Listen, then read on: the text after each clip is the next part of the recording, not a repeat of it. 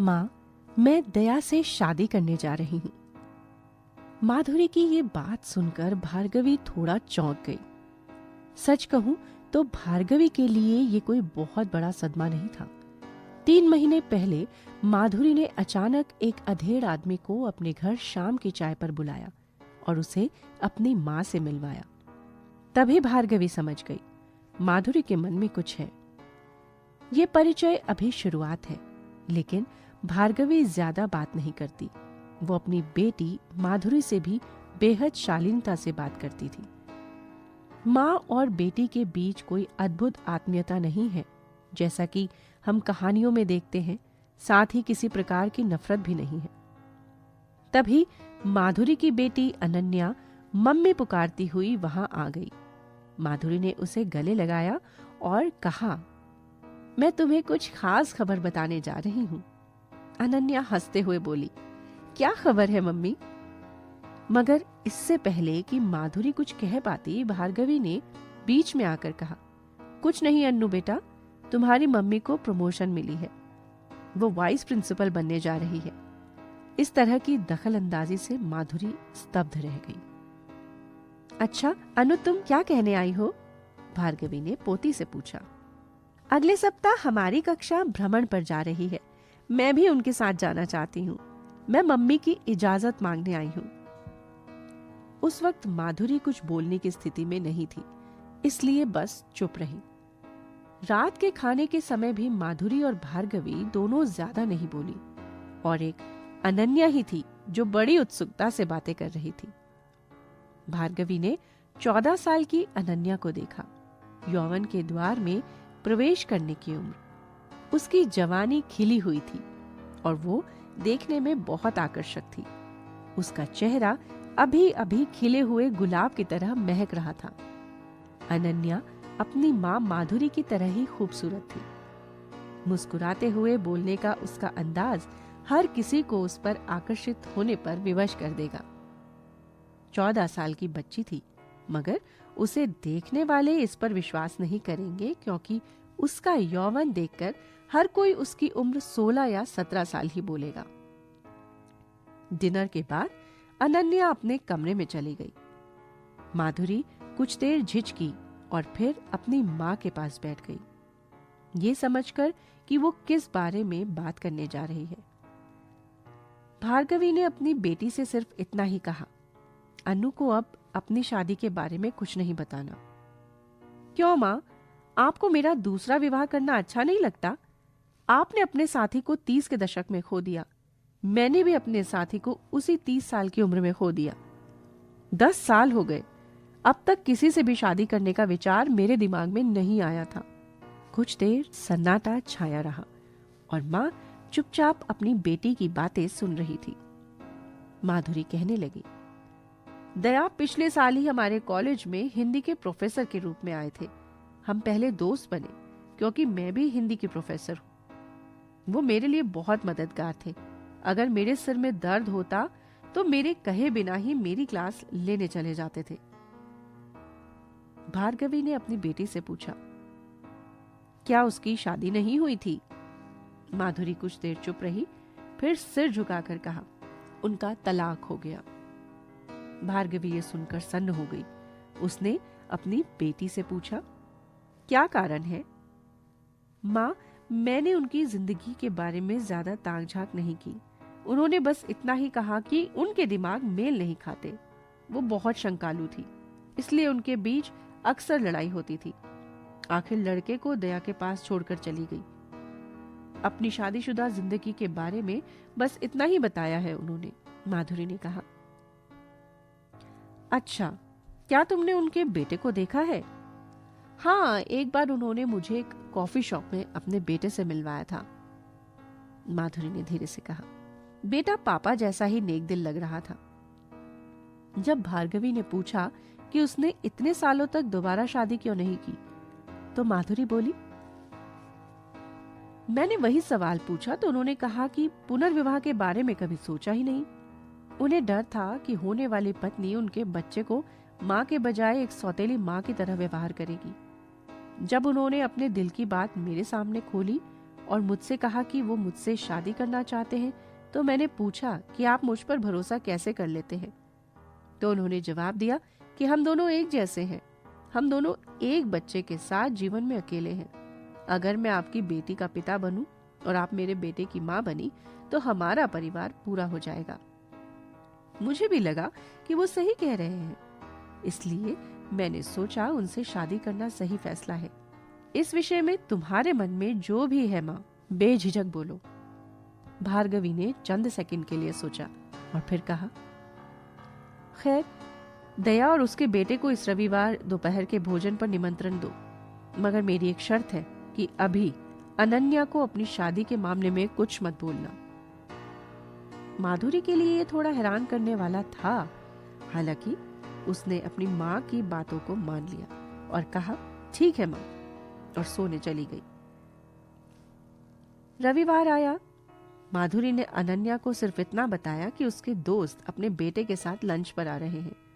अनन्या भी बहुत उत्साहित थी और मम्मी के दोस्त का स्वागत करने के लिए तैयार थी।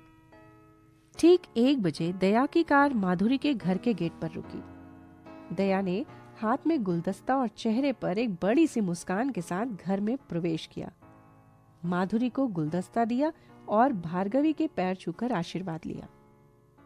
दया अपने 40वें वर्ष में एक सम्मानित व्यक्ति था। लंबे कद का आदमी था और दिखने में भी ठीक ठाक। कोई भी लड़की उसे इनकार नहीं कर सकती। गेहुआ रंग, एक मुस्कान जो हमेशा चेहरे की शोभा बढ़ाती थी। अपनी बातों से हर किसी को हंसाने की कला जानते थे वो। भार्गवी को भी लगा कि दया एक अच्छा इंसान है। लगभग 1 घंटे तक सबसे बात की और जाने के समय उसने कहा, बेटी अन्नू के लिए एक उपहार लाया हूं। सभी हैरान उठे। वहीं अनन्या को अपनी बेटी कहने पर भार्गवी और माधुरी बहुत खुश हुई। केवल अनन्या को यह बात सुनकर थोड़ा अजीब लगा, मगर दया ने तुरंत स्थिति को संभाल लिया और कहा, तुम मेरी बेटी जैसी ही तो हो। और इसे सुनकर अनन्या भी मुस्कुराई। उसने अपने ब्रीफकेस से एक बॉक्स निकाला। ये एक ज्वेलरी बॉक्स जैसा लग रहा था। इसे देखते ही भार्गवी, माधुरी और अनन्या तीनों चौंक गए। हाँ, उस बॉक्स में एक सुंदर हीरे का हार जगमगा उठा। उसकी कीमत कई लाख होगी। अनन्या ने एक कदम पीछे हटा लिया। माधुरी ने पूछा, इतना महंगा उपहार क्यों दे रहे हैं? दया ने मुस्कुराते हुए कहा, मेरी बेटी और मेरे बीच मत आना। और फिर अनन्या के पास जाकर हार उसके गले में पहनाकर माधुरी की ओर देखकर कहा, अब ये हीरे का हार सच में कीमती हो गया है। ये सुनकर सभी मुस्कुराए। कुछ देर बात करने के बाद दया चले गए। माधुरी, भार्गवी और अनन्या ने गेट तक जाकर उन्हें विदा किया। अनन्या सीधे अपने कमरे में चली गई। भार्गवी ने माधुरी से कहा, यह अच्छा इंसान लगता है। उन्होंने अपने बेटे को भी एक सम्मानित लड़के के रूप में पाला है। कोई भी उस पर विश्वास नहीं करेगा कि वो बिन मां के बड़ा हुआ है। इतना विनम्र भाव। वो अनन्या के लिए एक अच्छे पिता साबित होंगे। माधुरी भी दया की सराहना करते हुए खुश थी। दया के उसके जीवन में आने से उसका परिवार पूरा हो जाएगा। जब उसने सोचा कि अनु को अपने पिता का प्यार और देखभाल मिलेगी, उसका अकेलापन नहीं रहेगा, तभी उसके फोन की घंटी ने उसके विचारों को बाधित कर दिया। नमस्ते मैडम, मैं कविता बोल रही हूँ। कविता हिंदी बीए प्रथम वर्ष की छात्रा। माधुरी को हैरानी हुई कि वो इस वक्त क्यों फोन कर रही है, और फिर कविता से कहा, बताओ क्या बात है? मैडम, हम में से कुछ छात्राएं एक महत्वपूर्ण मामले पर चर्चा के लिए आपके पास आना चाहते हैं। और फिर माधुरी से जब पूछा गया कि क्या वो अभी आ सकती हैं, तो माधुरी सच में हैरान रह गई। कविता ने कहा, मैडम, आप सोच भी रहे होंगे कि ऐसी कौन सी जरूरी बात है जो कॉलेज में नहीं की जा सकती, तो हम आकर बताएंगे। कविता के साथ 10 छात्राएं आईं। प्रथम वर्ष और द्वितीय वर्ष की छात्राएं थीं। भार्गवी ने उन्हें चाय और समोसे खिलाए। माधुरी ने अपनी बेटी अनन्या को उनसे मिलवाया। सामान्य बातों पर कुछ सेकंड बात करने के बाद कविता ने माधुरी से कहा, मैडम, हमें आपसे अकेले में बात करने की जरूरत है। तो माधुरी को और भी आश्चर्य हुआ। भार्गवी और अनन्या वहां से अंदर चली गई। मुझे बताओ क्या बात है? माधुरी ने हैरान स्वर से पूछा। मैडम, जो हम आपको बताने जा रहे हैं वो आपके होश उड़ा देगा, लेकिन आप हम पर विश्वास करें, हम सच कह रहे हैं। हम इस मामले को आपके अलावा किसी और से साझा नहीं कर सकते। माधुरी के लिए ये क्राइम नॉवेल पढ़ने जैसा था। उसने कहा, बताओ क्या बात है? मैडम, ये दया सर के बारे में है। चंद मिनट चुप्पी के बाद कविता ने कहा, वो हमसे बदसलूकी करते हैं। कविता की बात सुनकर माधुरी सदमे में जम गई। क्या कह रहे हो? उसने कांपती आवाज में कहा। मैडम, हम ये तब से अनुभव कर रहे हैं जब वो पहले दिन हमारी कक्षा में आए थे। वो जानबूझकर हमारे करीब आते हैं और हमें गलत तरीके से छूते हैं, अश्लील चुटकुले सुनाते हैं, लेकिन वो ये सब बहुत ही सूक्ष्म तरीके से करते हैं। वो इतना सभ्य होने का दिखावा करते हैं कि आपको अंदाजा भी नहीं होगा कि वो ऐसा कर सकते हैं। हमने खुद उनके बारे में पूछताछ की। इससे पहले उन्होंने मुख्य रूप से महिला स्कूलों और कॉलेजों में काम किया। हर जगह वो इसी कारण से बदनाम हुए हैं। और जो लड़का उनके साथ है वो उनका बेटा नहीं है, उनकी बहन का बेटा है। वो खुद को अच्छे और नेक दिल साबित करने के लिए अपने भांजे को खुद का बेटा कहते फिरते हैं। माधुरी को विश्वास नहीं हो रहा था कि ये कैसे संभव है। वो महिलाओं के प्रति इतना असम्मानजनक व्यवहार करता है।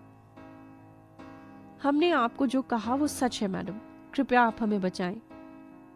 माधुरी कुछ बोलने के लायक ही नहीं रही। वो गहरे सदमे में चली गई। छात्राओं के जाने के बाद माधुरी काफी देर तक अपने कमरे में बैठी रही। माधुरी बिना बत्ती जलाए कमरे में बैठी थी। उसे पता भी नहीं था कि शाम हो चुकी है और रात घेराई है।